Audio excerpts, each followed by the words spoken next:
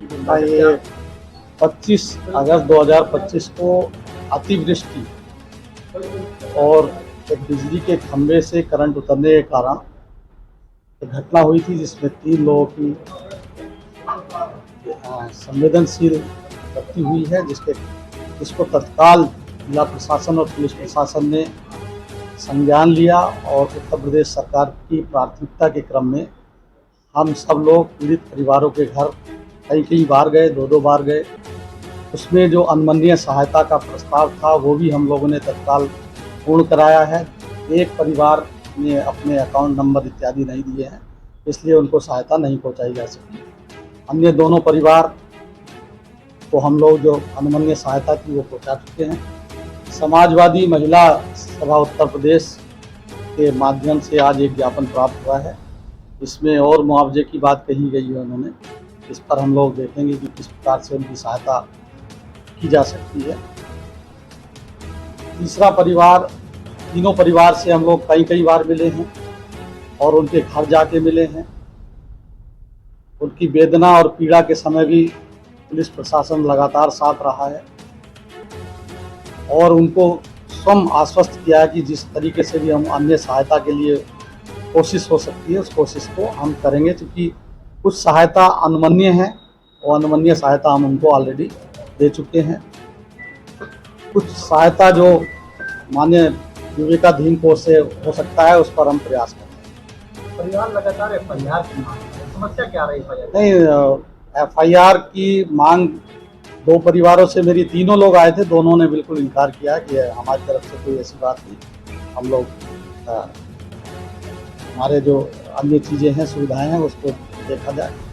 और एक परिवार की बात है, वो अपनी इस परिस्थितियों को आप देख सकते हैं। जो कमेटी की रिपोर्ट है उसके क्रम में जो उत्तरदायी विभाग हैं, हम लोगों ने उनके विरुद्ध कार्रवाई ऑलरेडी शासन को संदर्भित कर दी है और बाकी घटना का संज्ञान एसपी साहब देखेंगे कि किस योग्य है वो घटना, उसके अनुसार कार्रवाई।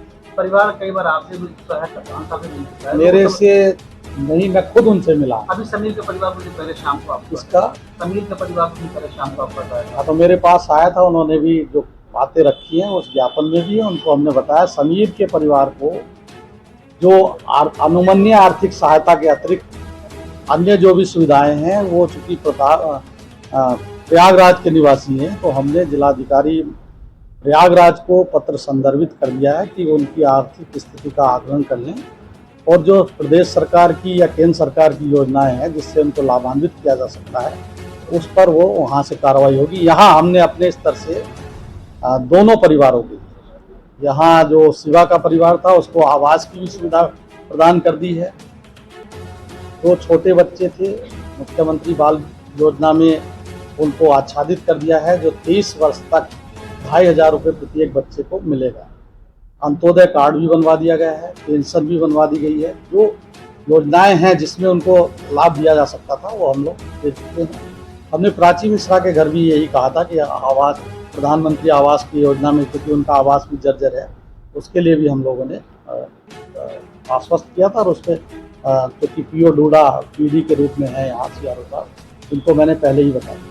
इस प्रकरण में कोई कार्रवाई या जांच लंबित है या नहीं, देखिए 2 आदमी के विरुद्ध सस्पेंशन की कार्रवाई की गई है ना, तो उनको भी सुनवाई का मौका देके निस्तारण जो सक्षम प्राधिकारी है।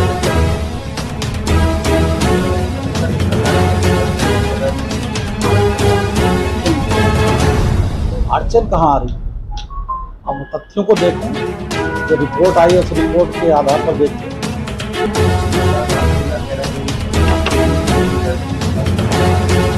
ये कप्तान साहब से पूछे थे कि एफआईआर से मेरे स्तर